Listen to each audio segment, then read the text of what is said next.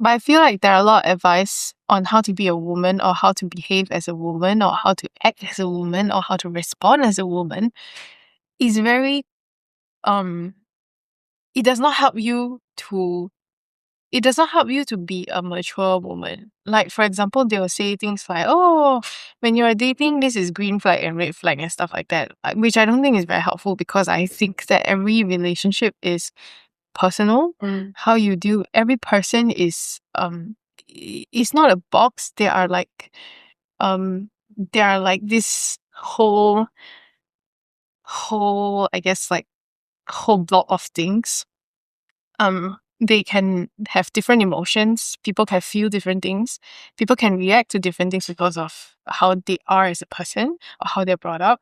So you cannot say this is red flag or green flag. And then I feel like a lot of relationships gets destroyed because this is what they are told on TikTok. You get what I mean?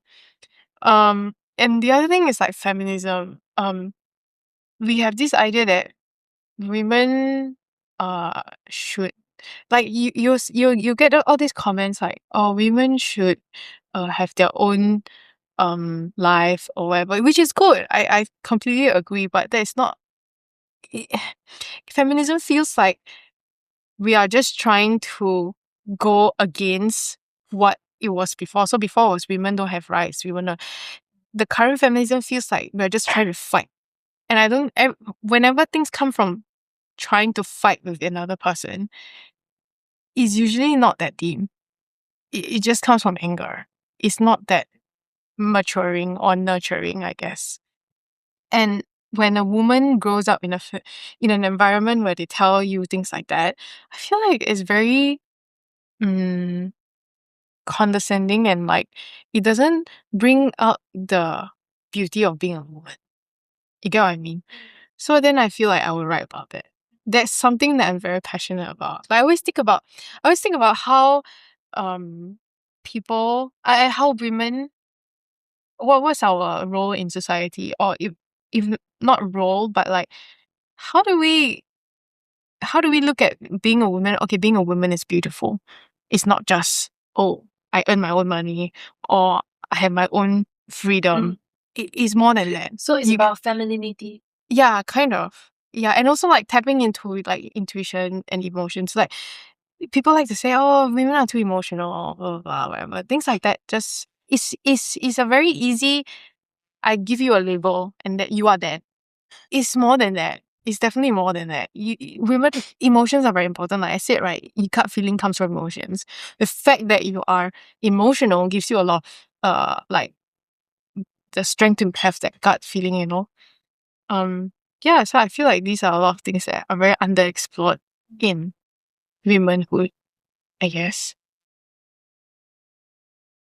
This is what I'm like really interested in, and like I've been trying to like kind of study people's life. I guess Wait, women's do you life. study like divine femininity? I've heard of it. Yeah. So they believe in like for a lot of emotions. Like they believe in tapping into your what's your femininity thing, right? But I'm not very sure about it. Yeah. Oh, I think you might be interested in that. But another thing is I think a true feminist would say that feminism is about giving choices to women. Like you can choose to be a housewife, you can choose to do something else, you can choose a career, you can choose to have children, you can send out children.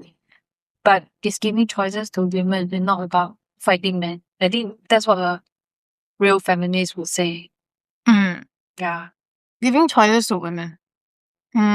Giving choices to women can also sound like I have the right to control certain things. Like, for example, in a relationship, it's like, okay, give me a choice. Then I can say I have a choice to control.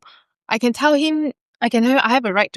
I have a right of choice to control X, Y, Z, right? And that is very debilitating to a relationship.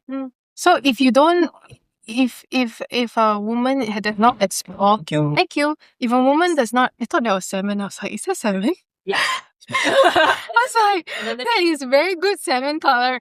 But like, okay, so I'm just saying that if you just say it in that sentence, right, sometimes it can come across, and if you don't dive deep to understand what that means, right, it can be very toxic.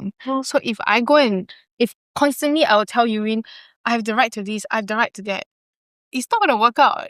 It's not gonna. You gotta. There's time you gotta step back. There's time you gotta be like, why is it you need to fight for this right, and why is it you don't need to fight for this right?